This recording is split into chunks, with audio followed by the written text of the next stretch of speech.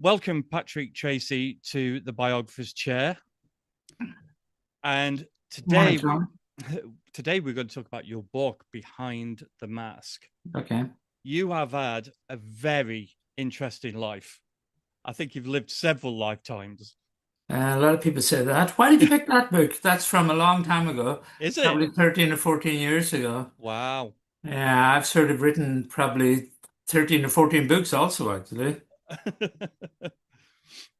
Well, I wanted to read about you, and I wanted to read about, obviously, your workings with Michael Jackson, Okay. especially as the documentary is coming out that includes you, Yeah, and the film. and the film is coming out. Yeah. Yes. So you grew up in Northern Ireland during the Troubles. What was that like? Because that must have been really frightening. Have you read the book? I have read the book, yeah. Yeah, well, you know what it was like. There's no doubt about it. Yeah. Um, I suppose we're looking at it retrospectively now through different Mm, eyes than when it happened. And in many ways, I blame the English government for allowing it to happen, on their yeah. patch. So I think they treated Catholics in Northern Ireland just like it was Zimbabwe or one of the colonies, that sort of people that came to take over the land had some sort of right to it that Mm, maybe didn't exist in law. Now, having said that, I'm certainly not here to have a dig at my Protestant colleagues. hmm. They built Northern Ireland in a way that Catholics never did. The industries in Northern Ireland, which have sort of, I suppose, all dissembled now, were all from the Protestant people who moved in. I think you really got to look at Ireland in a historical sense, John. Yeah. Okay. Let's be honest about it. The English were very lucky to have an empire in the first place. Mm, Their navy were pirates that Queen Elizabeth decided to make into a navy. The money they got, they stole from the Spanish, who stole it from the South Americans. So if we're honest about it, I mm, write history as well. Okay. And in that context, they were very, very, very lucky to win the war against Philip II, the Spanish Armada. mm. Francis Drake, who was a crook and a pirate who was brought into the fold, and I'm not having a dig again. I'm just looking at the reality. No, If you I look agree. at, I agree. sure, okay. So he was a genius also from the point of view that Philip sent up 200 large ships that there's not a chance in the world that the Royal Navy could defeat. And, one thing you have to give it to the English. I mean, they're brave, they put it up to people and they fight their wars, and that's wonderful. But the thing is, there wasn't a chance they would win that war because there were only 60 ships and 36 of them were battle ready. And the ships were only half the size of the Spanish ships.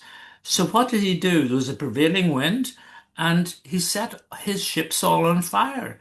And they went into the Spanish Armada and set fire to the Spanish Armada. Everybody forgets that how England came to prominence and took Mm, on one of the biggest empires in the world and defeated it just with sheer girth and metal. Now, the reason I mention this in the Irish context is that the sailors went round the coast of Ireland. The English told the Irish farmers, these people are coming to invade you. They killed some of them, they didn't. But about, I suppose, 200 of them came up and lived in an island very close to where I think and didn't go back for 4 years to Spain. But the only reason I mention it is this. Philip said, bugger that, we're having another shot at this. So because one of England's colonies were in Kinsale, the three colonies at the time, one was in Jamestown in Virginia, as you know, Plymouth, and you had Kinsale in Ireland. So the Spanish Armada, there was a second attempt. And as a consequence, the second attempt was in Kinsale a few years later.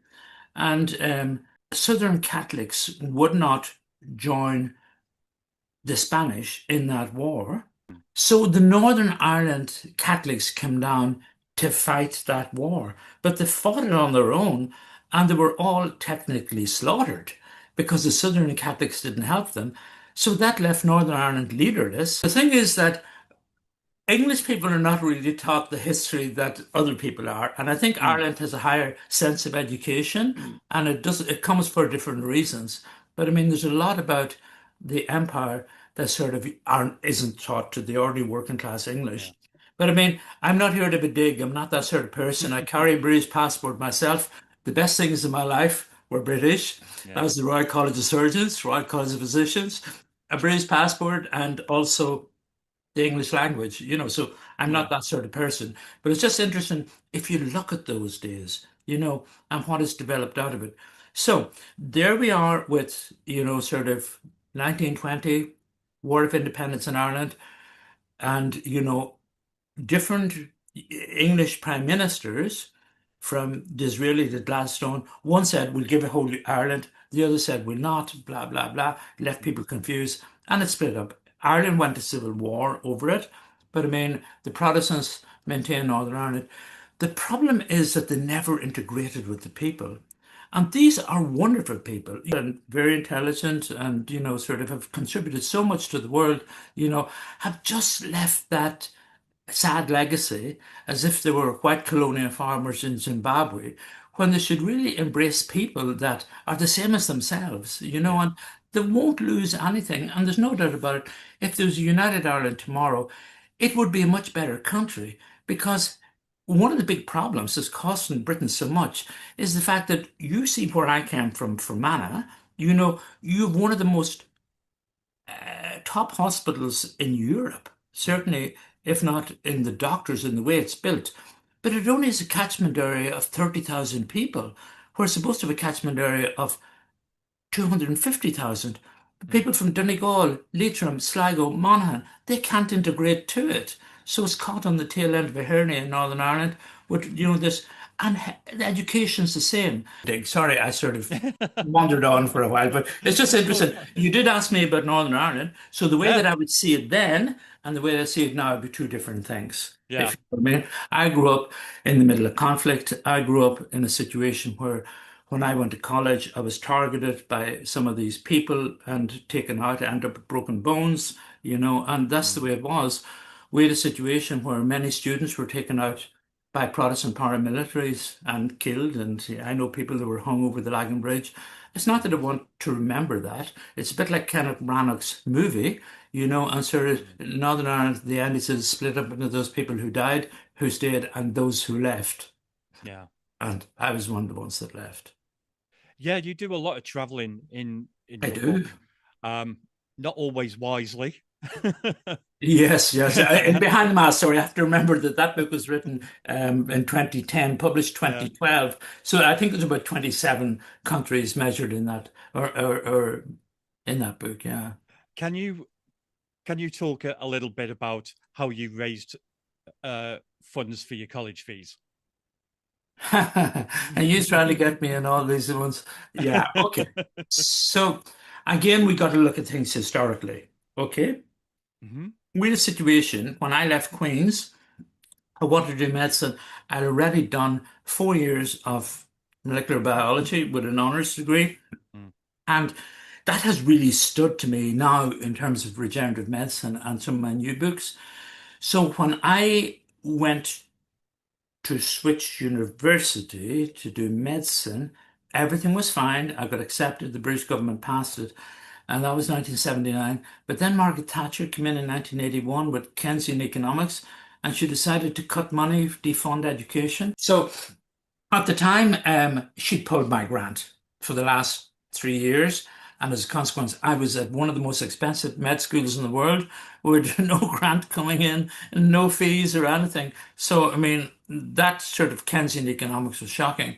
So at the time, I went over to Germany, where a lot of us Irish Brits were working um, on different projects like painting and that. But then Germany went into recession, so we were left with a situation where I was penniless and had to do the last 3 or 4 years of medicine. And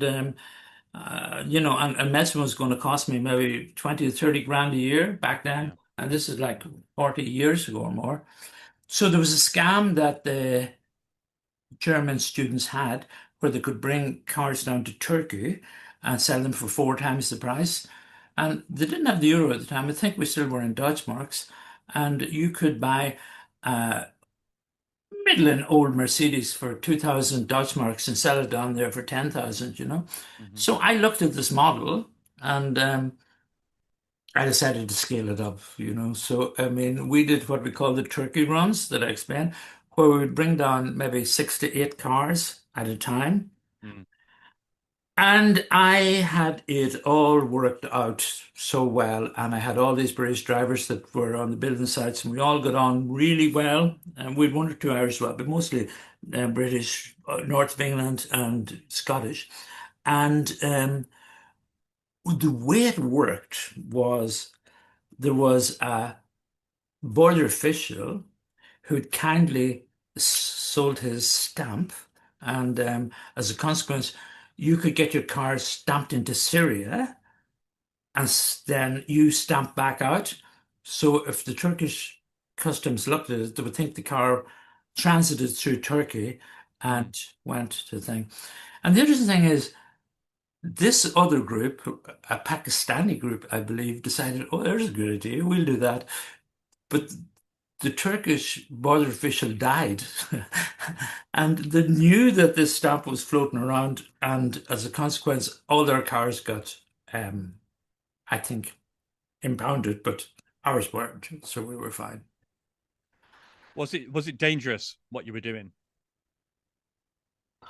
I think if you're that age, you know, 21, 22, you look at danger in a different way. You have less to lose and all to gain. So Yeah. you certainly wouldn't do it in your 40s or 50s when your testosterone levels fall back down. In many ways, it was a wonderful life. We'd Yeah. bring a girlfriend with us. We'd even probably bring a bottle of whiskey and, you know, have a bit of a buzz going down through, you know, sort of Austria, Brenner Pass. You know, and I mean, we were going into uncharted territory because it was East Europe when before the wall came down, Mm. you know, so we were going into Yugoslavia, we were going into Bulgaria. And a lot of these people were very unsophisticated and very rough, and you had to be very careful with them, the same way as Moscow is to an extent today, you know. Mm. And I remember one situation where we had I had this Pakistani guy actually who we knew, and he says, I'll make you up some tapes like this here. I said, okay. So at the time, Karma Chameleon was in the charts, and Come On Eileen. I Hmm. think the year must have been 1982, 1983. And he said, as a favor, he was a friend of a guy from Birmingham, John, that I knew. He was always trying to help, but he was less, let's say, advanced intellectually, maybe a little more challenged or whatever than the rest of, but always trying to help. I think he just wanted to be part of the gang, you know. Mm. So he says, I'm going to make you this tape. So I had a girlfriend from Munich at the time that I was traveling with, and I was in the lead car, and I put in his tape, and he had Come On Eileen 8 times on the tape. He thought it was a bit like maybe Cindy music, or, you know, there was all this instrumental, and he'd keep playing it. And on the other tape, he had 8 versions of Karma Chameleon by Boy George. So I sort of threw the tapes there. And then when we were down in Bulgaria at the time, I remember we were speeding, and one of the guys passed me out, but he was always you allowed the guys a certain bit of latitude, you know, because it's if you wanted to stay up, you could do the journey in about 36 hours, but it took us usually 3 days, Mm. and the guys used to use those caffeine pills, you know, the Pro Plus to try and sort of Yeah. stay awake for the journey. By the way, that's where Dexy's Midnight Runners comes from. It's Dexedrine that the big drivers were using in the States to drive from one coast to the other before tachometers came in. But anyway, as a consequence, he shot up a thing and broke my window, and it was in practically a brand new Mercedes, like a 250 SL or something. And I had to put mileage on it to make it look like a second-hand car, even though it was a brand new car worth a lot of money. So he smashed, you know, the front window of it. So we had to go to a specialist dealer, and the guy was going to rip us off. The front windscreen, I think at the time was going to cost 240 Deutschmarks, and he was looking for 70, if I remember right. It's 40 years ago, which probably it'd be the same in pounds now or whatever. But he's sitting in the car in the dark, a big thuggish guy that owns a scrapyard, and he is trying to do a deal with me, and he's charging me an outrageous amount of money. It'd almost be better putting in a new thing, but then I'd have to hold up the whole cars, get it sent down from, sort of Germany to us Yeah. from Dortmund, and probably park up the cars, for a week and put the guys in hotels and just make us suspicious. Because Yugoslavian cops were always after us, and that we could always outpace them. And they were driving small little cars, but they'd always chase us on motorbikes.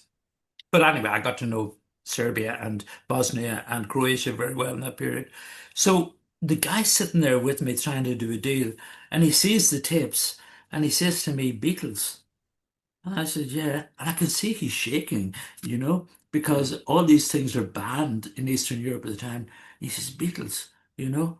And he actually said to me, um, as much as, can I exchange the windscreen for one of the tapes? And I'm so shocked. I was Oh about to say, yeah. well, you can take two of them. I sort of feigned and, said, let me think about that for a minute. And this is like the Boy George tape like is here. And the guy um, turned around, he took one, and he'd already put the window into the car. We were sitting in the car, if you know what I mean. Yeah. So it was up to me to pay for it. And he got out of the car and he was shaking. And I got out of the car as well. I told the guys, look, we've done the deal. We've got a new windscreen in the car. And I said, ah, fuck it. I don't want that other tape. So I gave it to his mate, like it's here. And he was so shocked. And he just took it from the other mate and he said, no, don't give it to him. And he put it in his pocket. And we, cleared off down the road. And he sat there with his Boy George and thing tapes. Oh, I'm sure nice one. yeah. Ah, you get a lot of stories on the road. There were some really good stories in your book, and I don't want to spoil it for anybody, um, but they're really funny as well. Some your stories are really funny. Ah, well, I suppose they're lived experiences to an Yeah, extent. yeah, But I mean, there's a new book out, Destinations, and I mean, a lot of those stories are in it, really. yeah. I know Behind the Mask there are as well, yeah. They're excellent stories. Excuse me. As a doctor, what I Mm, really respect about you is you traveled around the world to where you're needed the most, or mm, where you think you're needed the mm, most, and where you can help people the most. But mm, in 1987, mm.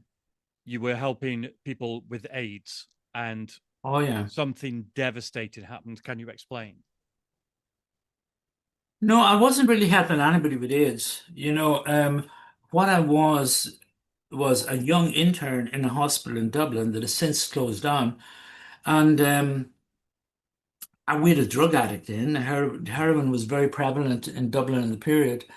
And all their um, veins were destroyed. I mean, they Mm-hmm. were just all shut down and um, lyophilized and coagulated and fibrotic, and so we just, couldn't really get anything off them. So he was an asthmatic. He was going downhill. He was very cyanotic. I needed a blood gas, so you have to take a blood gas from an artery. So you'll either do a radial stab or a femoral stab. Mm-hmm. So when I went to get it, it was the days before Vacutainers, and he had 10 mils of blood in a syringe sitting on the bed in a phlebotomy tray. And he knew that I was looking for, sort of an artery, really, but he thought I was looking for a thing. So he decided to show me the one vein he had left for mainlining all the time, which is the thing up at the back. So he turned over and knocked over the blood. When it stuck in my leg, you couldn't make it up. I still have the scar. And then he turned and said, Doctor, I'm HIV positive. And it was a period, there was no cure. Everybody who got it sort of died. And so I just left it down and I went to theatre and got a friend of mine to cut a big lump out of my leg. I said, don't, just consider this as melanoma, cut it all out. And believe it or not, I got thrown out of the hospital because I did that, because I exposed the other doctor. He wasn't gloved, but I mean, I told him to glove up. And when I went for a query counseling, total bullshit counseling, I went to this professor of virology and she told me I was going to die. I mean, she said, I didn't know you were IVIM or wouldn't have said that. Mm. Said Richard, how else would it be if I took blood from a vein and it stuck in my leg, you know? So that made me, I suppose, look at life in a different way. Lucky I probably saved my life by cutting a lump out of my leg within 2 or 3 minutes of it actually sticking in my leg. Yeah. And it must have been frightening because the ignorance that surrounded it I had to spend 3 years getting checked 3 times a year to see what I yeah, wow. convert, and I never did. Yeah, it was horrendous, absolutely horrendous. And did you go to New Zealand to escape all of that stress? I suppose, yeah. Yeah. But because there's no doubt about it, word would go around, Hmm. and which it sort of did do to an extent. Yeah. And yeah, I went to the bottom of New Zealand, and then my girlfriend and I sort of had split up a bit, so I came back to Ireland, and I knew at that stage I had two negative HIV tests. Yeah. But when I went down to New Zealand, went into the middle of a crisis. You'll see it in the book as well, Mm. where patients in New Zealand were down of asthma at 12 times the rate that they were in Britain or Ireland. And as a consequence, myself and some other people discovered it all happened around the one day. Unfortunately, I was the registrar of the respiratory unit where it's happening in Dunedin in New Zealand. So I don't want to implicate people who were there at the time, but it all started happening on something like the 12th of March, 1983, Yeah. so it was drug related to a drug by Boehringer Ingelheim called phenytoral. Yeah. And I was one of the ones that certainly highlighted that this is what was happening and was proven right later on. I'd left Mm. New Zealand then. And you went on to be a flying doctor as In well. later life, I was a flight doctor Yeah. in Broken Hill. I always wanted to do a flying doctor, and particularly from Broken Hill, because that's where the TV series was from. Yeah. So, yeah, I sort of spent 6 months on the hard line of flying doctors. And it's funny how things change. I went back there recently. I was invited back to Australia to give lectures as a professor in Mm. dermatology. And they invited me to Brisbane and to Sydney and to Melbourne. They were giving me enough. And I said, shit, when I'm here, I'll fly out to Broken Hill. Mm. Broken Hill was 2,500 miles west of Sydney, another thing. And it's so funny when I'm out there, nobody knew me, even though I had ran that station with Bruce, and we were, top people. But not only nobody knew me, but our brand new Beechcraft King Air jet, or turboprop jet, was now in your museum. And I had so many stories on that. And I sort of said, that was a brand new jet. We hit a nose cone, we'd have paid $1.5 million after it hit a roof. And they said, yeah, we only keep them for 30 years. And it was a few years old. And I thought, shit, it's 27 years ago since I was here before. But yeah, I had some great memories with the Flying Doctors, no doubt about it. Well, one of the saddest things that I read in your book was your relationship or the end of your relationship with Trish. Yeah, She meant a lot to you uh, reading the book. yeah. And how was that trying to leave all the AIDS thing behind and then she leaves you? Yeah, it was certainly tough. And I suppose I wrote that book many years ago, so it was closer to the point at the time. So Yeah. you learn to, I suppose, live with these things. And we survived an Irish recession in the meantime, and I survived HIV. So I survived a lot of things, and it's part of life, part of living. Well, talking about surviving, Mm, you went to Iraq to mm, work in Iraq. What was mm. it like working there under Saddam Hussein's rule? again, you got to put it in the context of time. Hmm. You know? Iraq was not the enemy, Iran was. Because we're all, I suppose, given the American narrative. Now, obviously, a couple of things that happened before we went down there. Israel was coming to prominence, and certainly Mossad were all over Baghdad when I was there. But if Mm. you remember the Churchill Matrix from Newcastle, Hmm. that was all seized, and Israel convinced Saddam Hussein that or Israel convinced the world that Saddam Hussein was taking those things in to pop them to Tel Aviv. So we went down in that period, and there's no doubt about it. Mm. A lot of people on the plane were army that were clearing out mines from the sort of the Gulf states and the waters to allow shipping. So when we went down there originally, obviously it was a dictatorship, and we knew how he punished people and all the Hmm. rest. But there's a couple of things I suppose that happened in that period. The first thing is the gassing of the Kurds. Yeah. And Iran was blamed for that, believe it or not, not Iraq, you know.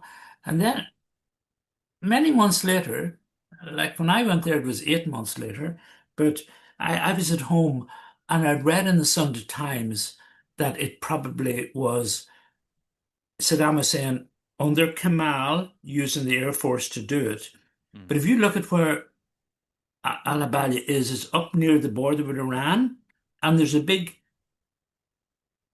dam there, and Mm. certainly it supplies water to an awful lot of Iraq.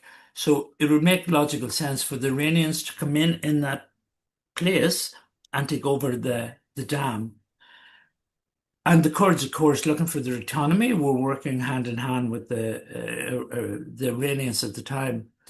So my sort of situation was I was in Iraq. I was in charge of ICU at nighttime. We had a lot of people from that area that had aplastic anemia. We suspected it was part of the gassing. Hmm. Obviously, there was no Kurds brought in. I mean, Saddam's mother was in the hospital at the around that time, and it was a very high-class hospital. You know, where we did cardiac transplants, liver Yeah. transplants, renal transplants. So it was all patients who would have been sent to London or New York or maybe Dublin even, and we had those. So I figured that the patients we were seeing had all happened as a consequence of mustard gas and radon gas. So I decided to go up into the area, and to go into that area was forbidden. And the Iraqi soldiers were against the Kurds, and the Kurds had an equivalent paramilitary organization called the Peshmerga. So I intermingled with those and actually dressed like them as well to get into the area and photographed quite a lot of stuff per se. But it's Mm. a fascinating part of the world. You know, you got all these oil wells with fire coming out of the top to Crete, where Saddam grew up, and you know, the whole intersection of Iran and Iraq. And you know, I had been, I suppose if you read the book, in an earlier life back in that part of the world because it Yeah. crossed from Turkey into Iran. So I was well aware of the politics. And the I got in, got out, but unfortunately then the Iraqi army um, got us in the taxi with all the photographs and everything. So I got a year's jail sentence, but after 5 days, this colonel came down and roughed me up a bit, and put a gun beside me and said, you know, you think we're all barbarians? And I said, obviously not, no. And he Mm. says, I know James Joyce, I know Trinity College, and my cousin is living in Dublin. And we had a lot of Iraqis at med school, to be fair, with us, you Yeah. know. And some of them, you know, were very prominent with and against the regime, a bit like Iran now to an extent. The high quality of medicine and still do in Iran and Iraq. And so he brought me up to the door, threw me out the door, and then just started looking at me. And I had like my knapsack camera all inside, and I said, "Can I get my knapsack?" And I didn't know because I had to walk quite a bit out to the gates whether I was Mm. going to be shot or whatever, you know. And Yeah. believe it or not, he just opened the door, threw me out my orange rucksack, and stood with his face just looking out the door as if he was, you know, sort of immobilized or something.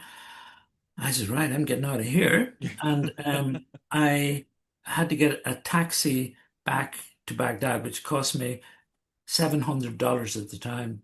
My God, you know, and they had give me back my money as well.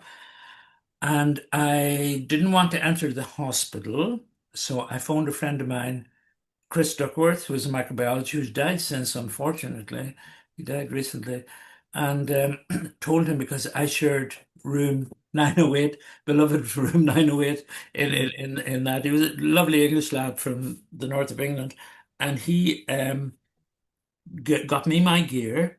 And the first flight out was to Copenhagen.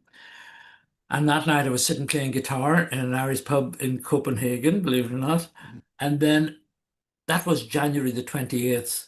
Then I flew to Dublin and I went to the Galway races on August the 1st or August the 2nd. And believe it or not, as luck would have it, or luck didn't have it, Saddam, it came on the TV in front of us, had invaded Kuwait on that date. Mm. So everybody in the hospital, and that was Danish, English, Irish, American, doctors, all the nurses were held as hostages, 450 of them, sort of for until the following February. So that was July, August.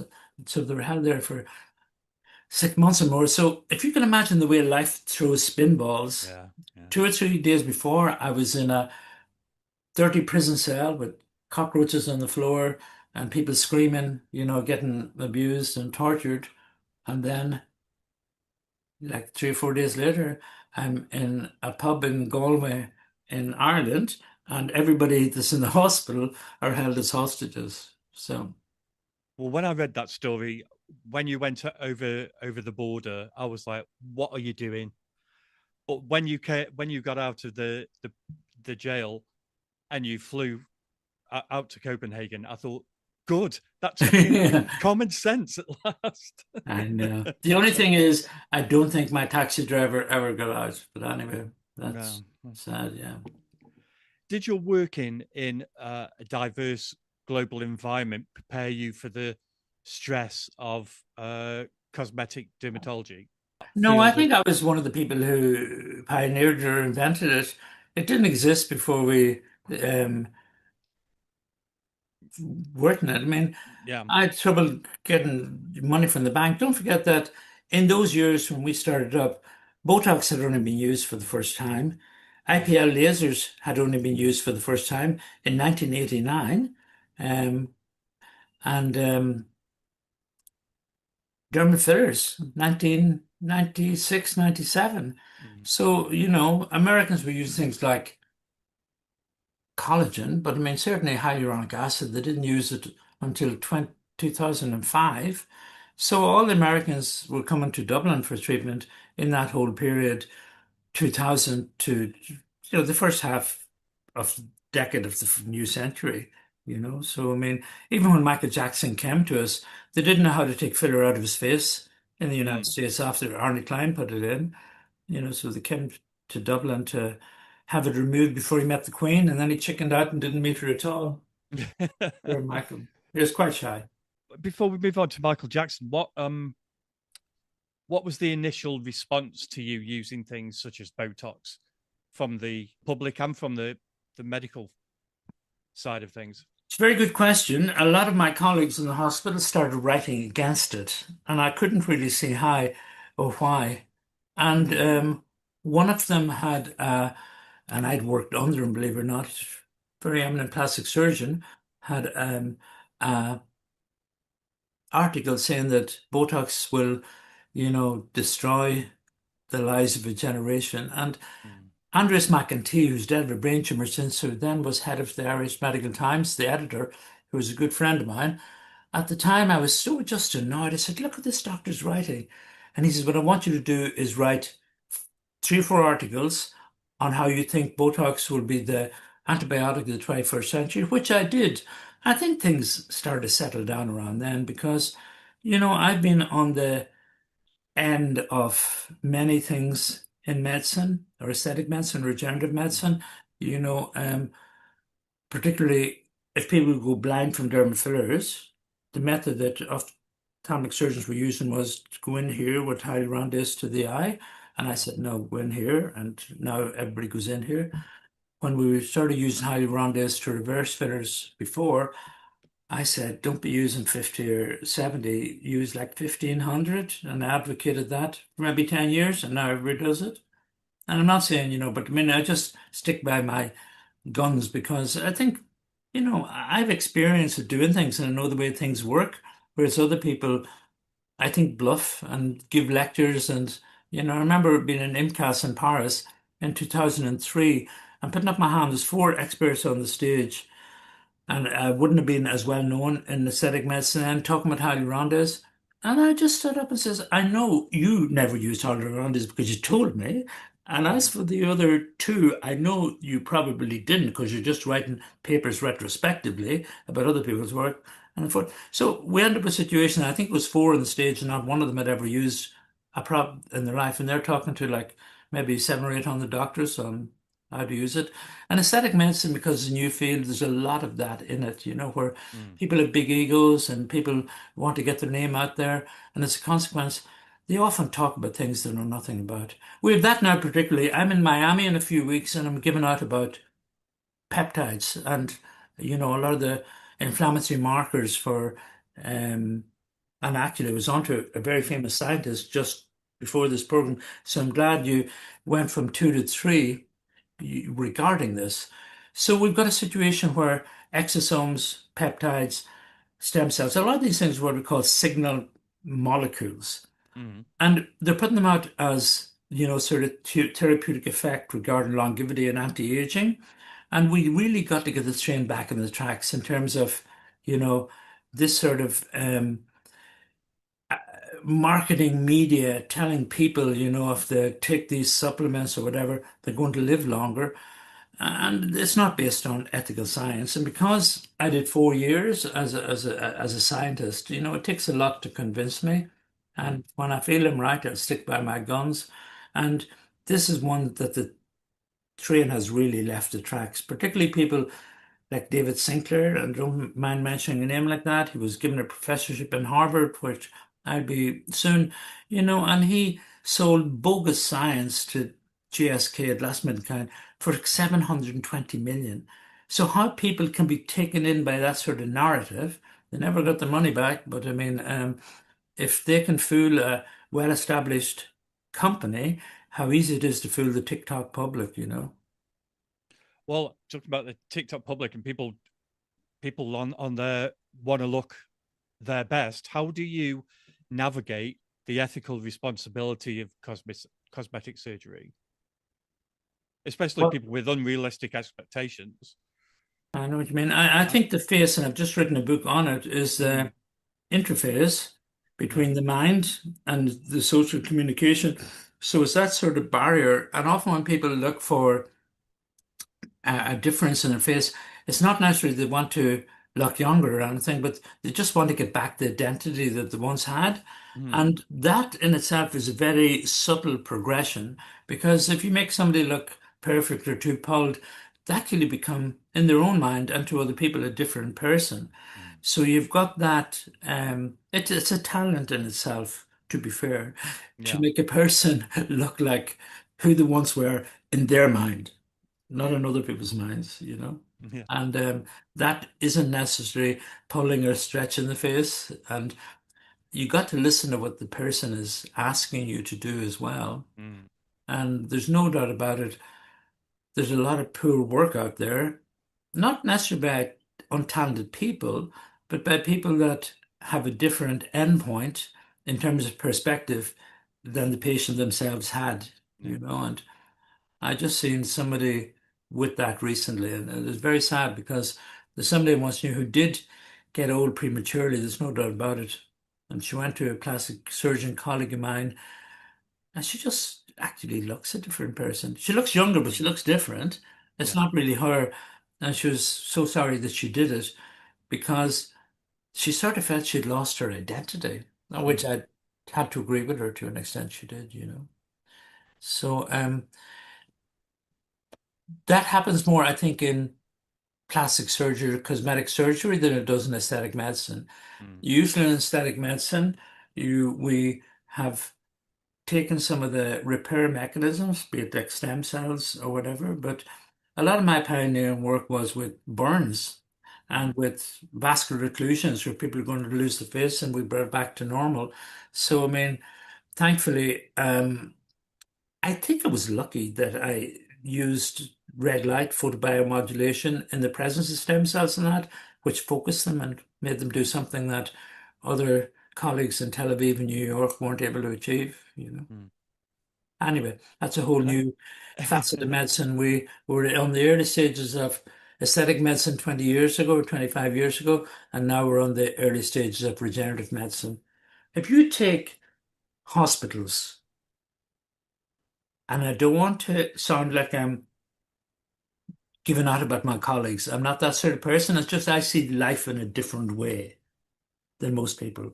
mhm, When I was like 14, I won the British Amateur Young Scientist. When I was 15, I won the big scientific thing in Ireland. So I just think differently. mm, So if you say that hospitals deal with degenerative medicine and we deal with regenerative medicine, you can begin to see the thing. Okay. yeah. So doctors don't really fix people. Believe it or not, if you cut themselves, you put in stitches, but it's the body that fixes itself. It's the Yeah. body's Yeah. repair mechanism. If you break your arms, a doctor can put in a plate and bring it together, but it's the body that sort of heals itself. If you got cancer, we don't cure it. We usually cut it out, blast it, nuke it, really thinking it. So we're missing a big thing, the repair mechanisms in the body. So what we did, and are doing, are taking out those repair mechanisms from the bloodstream with things like platelet-rich plasma, PRP, or stem cells, and getting those to amplify and repair things. Mhm, Okay. Now, I'm not saying that's going to make you live longer. I'm not saying that's longevity. But what I am saying to a large extent is hospitals don't do that. They haven't cottoned on yet to actually using what the body's doing to repair itself. mhm, So we've taken it a stage further and taken normal people and saying, okay, if we give you these regenerative methods, you will actually probably live longer mm, because we reduce inflammation, we reduce all these things. And that's fine, and that's where we were. But suddenly it has been hijacked. The people are copping onto this and saying, so if we take all these bioactive molecules and we can measure them in your bloodstream doing this and this here, suddenly you're not going to age as fast, you're going to live longer. Whereas I don't think there's any evidence to prove that as mm, yet. But I mean, we'll be able to modify the technology that will happen. But the only problem is that if you look at people living longer, a lot of them have terrible lives. They're in nursing homes with Alzheimer's, with chronic inflammation of the brain. So what we got to do at the next generation of doctors, or hand over to the next generation of doctors, is to reduce chronic inflammation within the body, but do it in normal people. The thing is that I got recognition because I did it with things like hair and skin, but they're easy peasy. They heal themselves anyway. We're mm, talking about people that have got pancreas, that's going to have cancer, you heart attacks, Alzheimer's, So I mean, yeah. we got to take things like exosomes that go up to the cell, surround themselves in a lipid layer, knock on the door, get in through a receptor, say hi, who I am, and suddenly Mm, everything works within the cell, cell-to-cell communication. Now, all we're doing is taking exosomes from ourselves and putting them in, and that's fine. It'll do things like maybe make your hair grow better or something like that. But what we got to do is take the exosomes and change the cargo within them. And mm, once we change the cargo, it's a bit like a train coming from Beijing to Berlin full of rubbish. And now the Chinese are making wonderful products and they put those in the train and then they're coming up to us and we get a whole new life. So what we got to do is modify the cargo and that will happen. And that's why I never really am too critical of the people who, you know, give false narratives that sort of you're going to certainly live longer and, anti-aging. It's all out there, but most of it is false narrative. These things are signal messengers. They're not solutions because Yeah. it's a bit like a city and you have got signals within the city. Let's say politicians saying we'll do this, we'll do that. But you need energy in a city. If you take Cape Town, Eskom have closed it down for 2 or 3 times a day. You can give all the signals you want, but it doesn't do very much. At night time, it becomes a different city because people are out stealing, and you got corruption in South Africa, and that's a bit like chronic inflammation within the body.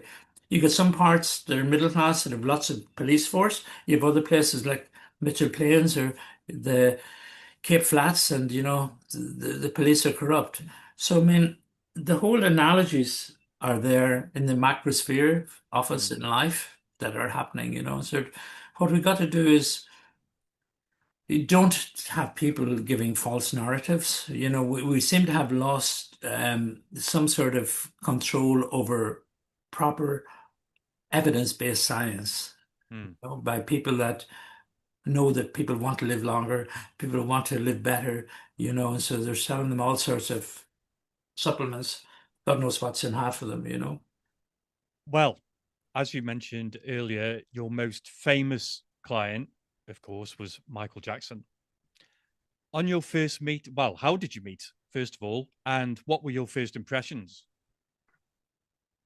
Well, Grace came into us, who was doing his nanny, and sort of said, she didn't say it was Michael, just said that we'll have a famous American singer. Mm. And I had treated one or two famous American cities or singers of that sort of level probably before, one in London, one in Dublin. And when he came to the camera first, we thought it was Puff Daddy, actually. We didn't know it was Michael. And then Michael came in, and his first words to me were, "Thank you for all you do for people in Africa." That was his first words. No.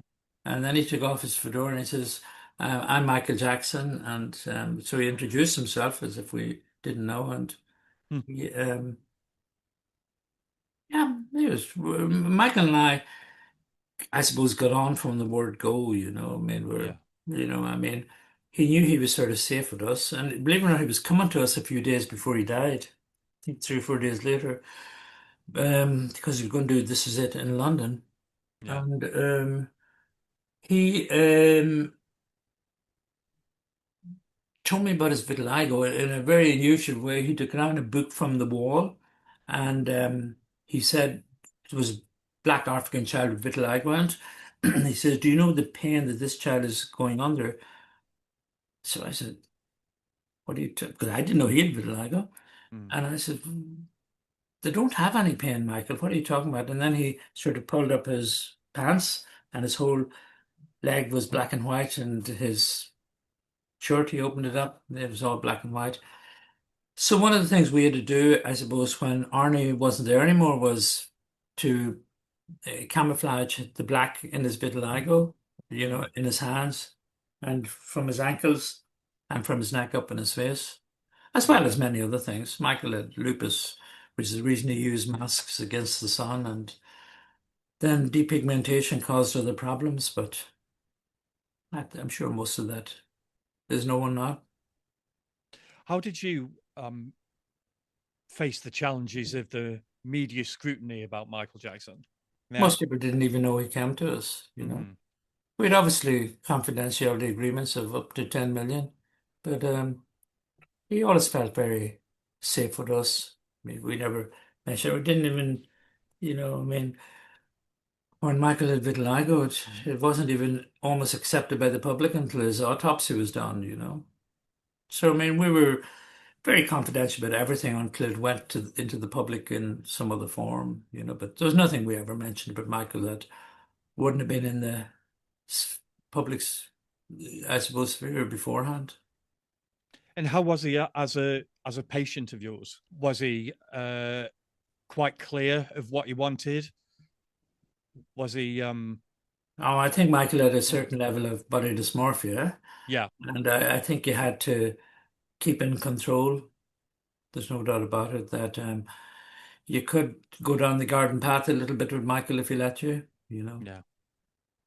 did you have to do as much in his head as with his surgery then? I personally did because we Mm. often chatted about things, including whether he was a paedophile or not, and whether he needed propofol for certain procedures or not. But Yeah. when he was with us, I think he knew what propofol was with anesthetist, and he did turn around when he was getting it once and said, "My milk," which is really what people do call propofol as well. But Mm. he was easy enough, I shouldn't say to control, but I mean, it was easy enough to stay in command. He respected doctors, but um, you could see how he had got his way with some other doctors in the past, Yeah. you know. And witnessing it firsthand, Michael, how do you feel about how the press portrayed him? Well, I put it more, how did Michael feel about the way the press portrayed him, you know? Mm. Because, I mean, I didn't know that much about Michael. He turned around and said to me, "Do you prefer my music or Princess?" I was, "Well, Princess, actually, you know." Yeah. So he took that very bad, and I could see that he wasn't going to talk to me for quite a wee while. I said, "Michael, don't take it bad. I'm more a U2 Pink Floyd man myself, you know." Mm. So, but I mean, I could see that you couldn't really be smart in an Irish way with witty answers because he did take some things personally. No doubt about that. And what do you believe is the most important thing that you think readers should know about his legacy? Well, I only seen what I witnessed myself when I was in the house with him and how we were putting the children to bed and he had a very loving relationship and, they kissed each other, "I love you, Daddy," Mm. they said to each other at nighttime. Um, and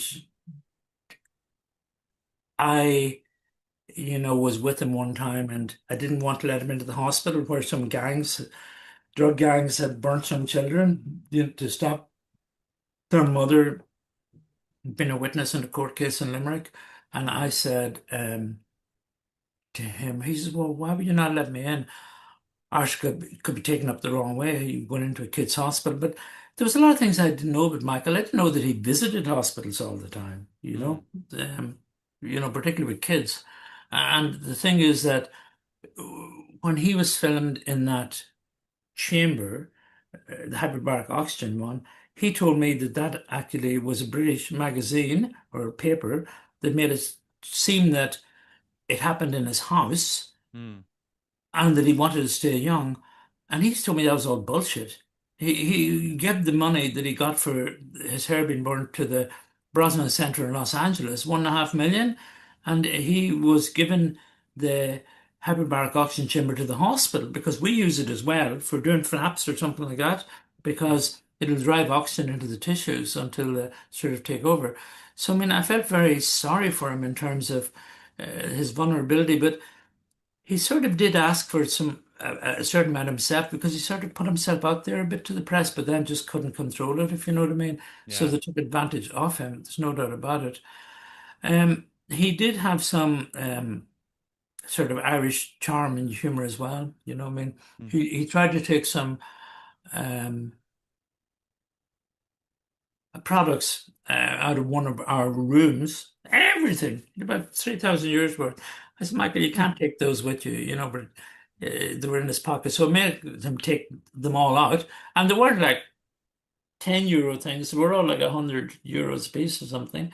And I was down in his house that night, and my mother had got me this jacket, and I'd lost it somewhere and I couldn't find it. And she sort of hadn't died that long, so I sort of wanted to get it, and we searched the house for it and we couldn't get it. And then we discovered that Blanket had brought it to bed with him and wrapped himself up in it, like a Mm. serious. And I said, "Where'd you find it?" He says, "Oh, he was sleeping in it, like his hair." And then he looked at me and says, "He's a bit of a thief like myself," in an Irish accent, and just handed it across to me, So, uh, Looking back on your career, is there any experience that defined you? Many experiences. Mm, I think that getting that HIV stick in Jervis Street Hospital in 1987 changed my life in a different way. I got involved in a lot of humanitarian work in Africa, which I've been doing for now, like 35 years or more.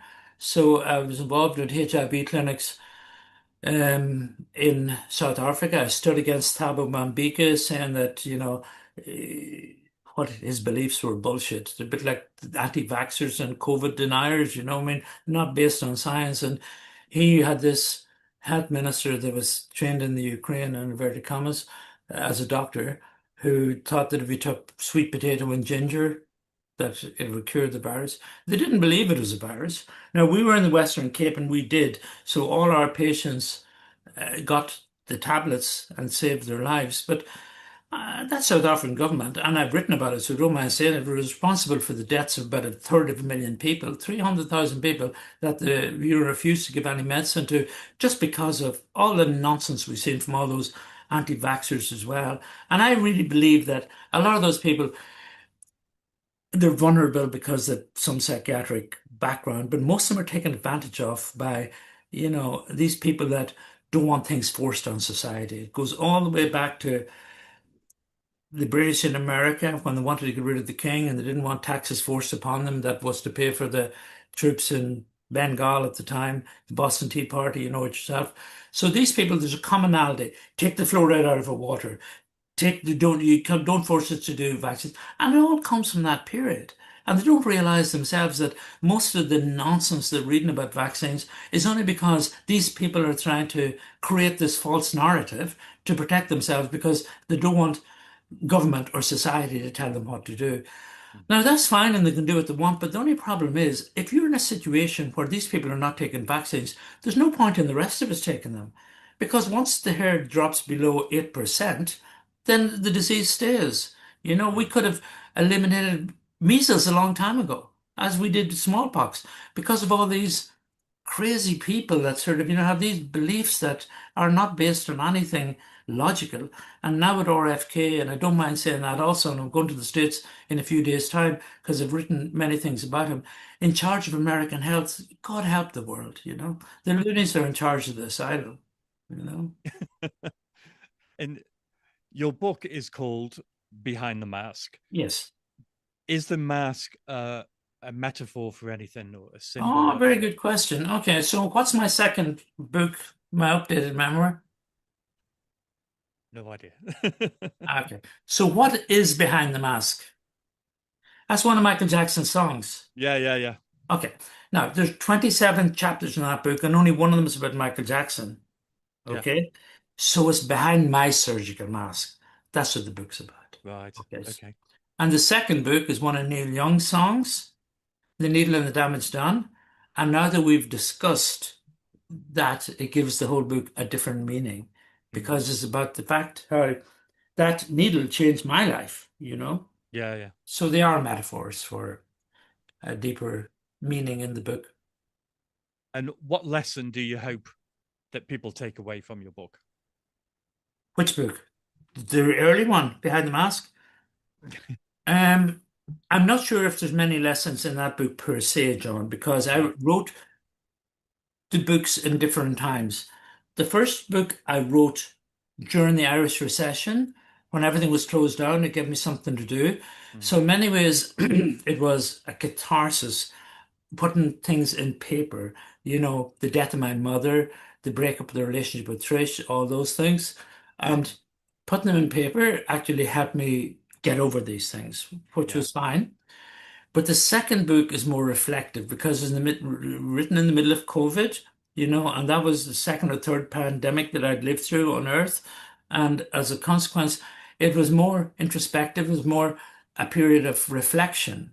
Yeah. And it's one of those interesting situations. It was a bit like John Lennon's music when John said anybody can take any interpretation out of the song they want, Mm. particularly Lucy in the Sky with Diamonds, was it LSD or not?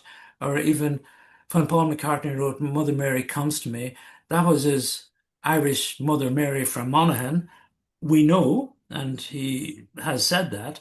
But actually, when people thought it was the Blessed Virgin, he let them ride with that as well. Yeah. So I suppose the book, in many ways, gives people different experiences and how they interpret it. I've left it open, sort of rather than being dogmatic or telling people this is what you should do. In many ways, my third book on that, Destinations, is very much more like that. It's almost like if medicine heals the body, then travel heals the soul. And Mhm. when you're a doctor and you're going into different situations, be it humanitarian, conflict, wars, whatever, and growing up in Northern Ireland certainly give you that, you have people denuded of all of their fineries, materialist things, and people trust you in a different way in communities. I mean, I've seen all these excessive Christian things in Rwanda or in Congo or in Uganda or in Liberia, where people get whipped because they have demons in them. And, to me, most of that's nonsense. But I'm not critical from the point of view that I'm sort of a witness to history more than anything else. And if you read the book 20 years later, you have a different attitude because the world changes. Even that book you're reading now, it would have been perfect at the time for American troops because they'd just gone into Iraq. But the Irish recession came, our publishers went bankrupt, they collapsed.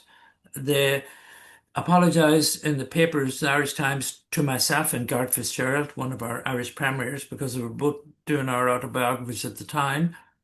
And we lost the American market, if you know what I mean, which Mm. I suppose Michael Jackson had just died, so it would have been important.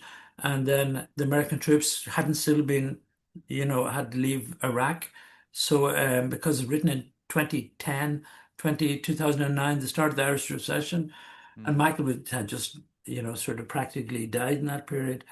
And so if you read the books now, because they're reflective of a narrative of history and the point that it wrote it, including particularly the fall of the Soviet Union, 1990, 1991, that January, it means different now because Putin has taken over and people think of Russia in a different way. And, at that time there'd been some sense of, people have been a bit sorry for Russia with what had happened to it and how it collapsed. And so it's amazing how quickly a new generation comes up and forgets everything about the past. Mm. I grew up, my parents had been very aware of the Second World War. It meant nothing to me. Radio Luxembourg did, the Beatles did. The, you're talking about something I know nothing about. And unfortunately, with the young generation in Northern Ireland, it's the same thing. I mean, they didn't live that experience. So as a consequence, you could talk to them all day long, but they don't really maybe even care, if you know what I mean. And Yeah. Yeah. unfortunately, people didn't go back into, but even you see in that book, I mean, I was in Iran in that period and got nabbed there as well, and the car taken from Yeah. me, and look at Iran now. So none of my books are preachy. I mean, I give out about religion from time to time because I see Mm. how it, sort of affects people in Africa. It's Yeah. almost like a new colonialist. You join my gang and I'll fix your problem in hospital or give you an education. It's a bit Mm. to me like going to starving people and giving them McDonald's hamburgers if they wear a sign, I got this from McDonald's. I'm more a humanitarian, Yeah. than anything else. And I suppose as a consequence of that, we tend to try not to get ourselves labeled or be labeled. There's no problem associating with people. Some of my best friends are pastors in Africa Mm. because they do really help people and they give them a Yeah. moral code. And any of the ones I've met haven't used it for money, but I've seen that for money also. But I mean, some of the projects you could put in a new well, didn't happen to me, but happened to a colleague of mine in Kenya, I think it was, with 2 mile of copper, and suddenly it doesn't work, and somebody's stolen the 2 mile of copper. Mm. On some of the Michael Jackson projects that we did on in Liberia as well, I talk all about them in my later book, behind The Needle and the Damage Done, how the money was used sort of for other purposes, including some sort of benevolent purposes. One of the ways it was misused was to put a person in hospital, and I didn't mind that. I went down to open the orphanage and discovered that there was a lot of shenanigans going on, but it's not up to me to be critical. People aren't stealing the money for themselves. They just see it as a means because they're so short of money of putting it to a better use. In Yeah. this instance, you know, somebody's father was put into hospital and when I went into the room, I could smell typhoid as well. And hmm, Well, I would tell you the one thing that I took from your book, yes. and that was just go for it. If you want to do if you want to do something, go for it. Because the travel you do in this not only helps people, but is very, very inspirational. I don't know if we should put out that message because sometimes when I go for it, I know I'm going to come out the other side. But maybe people who just go for the sake of going for it could get themselves into don't go trouble. over borders if you want to do that. Yeah. Don't do Yeah, if you'll end you're up in an Iraqi jail. sure, sure, sure. If you're in um, an avoid risk situation all your life, probably do Yeah. not progress in the same way. Yeah, it's worth taking a calculated risk from time to time. Yeah. Well, Patrick Treacy, thank you so much. I'll put a link in the description down below for this book. It's awesome book. It's very, very good. Yeah, it's quite possible that Netflix are going to make a movie out of that. We've sort of, Really? well, we've sort of signed contracts with an agent with Wow. Netflix, but it's been sitting in that sort of film producers in tray for the last 7 months. But who knows? It would be really good series Yeah, they've series sort or of thinking film. of doing a six-part documentary, Yeah. and I've looked at the script, and it is quite interesting, to say the Yeah. least. Yeah. Yeah. It's a very, very interesting book. You've led a very interesting life. Ah, well, thank Very you, John. interesting. Yeah. And I really enjoyed reading it. So thank you very much, and thank you for joining me today. It's been awesome talking to you. I've learned a lot, especially about Ireland. Yeah, it's interesting because the thing is that you've got two or three problems. Ireland never had a problem with the English, believe it or not. That Mm, problem exists in Northern Ireland, but you've never in any Dublin bar ever hear anybody look at this. mm, That's the first thing, which sort of surprised me when I came south. It's almost like Ireland's closer to England than Scotland or Wales is, because it yeah. was, I suppose, the second city of empire, and nearly every beautiful building in it is English or British, Mm, and that which surprised me. All of the good things in my life came from Britain, and mm, there's no doubt about that. And I put my hand up and say that. I haven't the slightest bit of politics anymore that way, but I sort of got caught in the middle of a conflict growing up, if you know what I mean. yeah. And Yeah. it wasn't that you sort of took sides, but if you're a bit uppity, sides will be taken against you, which is a different thing, because I was fairly prominent in Queens with things. Mm, But the one thing that I suppose I noticed to an extent, so the interesting thing is that I discovered that Ireland and England got two totally different histories taught to them, mm, you know? And there was never any anti-empire thing taught in Ireland, but it was almost like there was nothing taught in England about how things happened in Ireland, which mm. is a different thing, if you know what I mean. You Yeah. would Yeah. never, in an Irish context, even in history, turn around and say, oh, look what the guys did to us. You just get factual the way it is. And I noticed that in South Africa as well when I was in Soweto, and I sort of had met Nelson Mandela in a different life. And but he was dead at the stage when we were going around it. But they were just given the facts as they were. They weren't trying to say who was right or who was wrong. Yeah. And the interesting thing is that it shocked me to a large extent when I suppose, seen the history that my sisters and brothers' kids were being taught. So there was an absence of something there. Now I know that they had this rise of left wing then they were saying, oh, the British Empire was terrible, bad, and it did all these things. You have to be taught that. Well, it isn't really what I'm saying. The way that we discussed, we'll say the Battle of Kinsale, or the Act of Union, or the fact that all the Ulster Scots had to go to America because the religion forced them out the same way as it did Catholics. The only Church of Ireland were allowed property, or they were allowed to marry or anything like that, you know. But it's almost when you see it in that context, a lot of it makes more sense rather than people being deprived of something and saying, "Oh, fuck you, and you know, and we're against you, and you're fighting with each other." Guys, get over it. History has happened, and this is the way it happened. If Yeah. you know what I mean, you know. So, I mean, that's one thing that I certainly learned going down through Africa.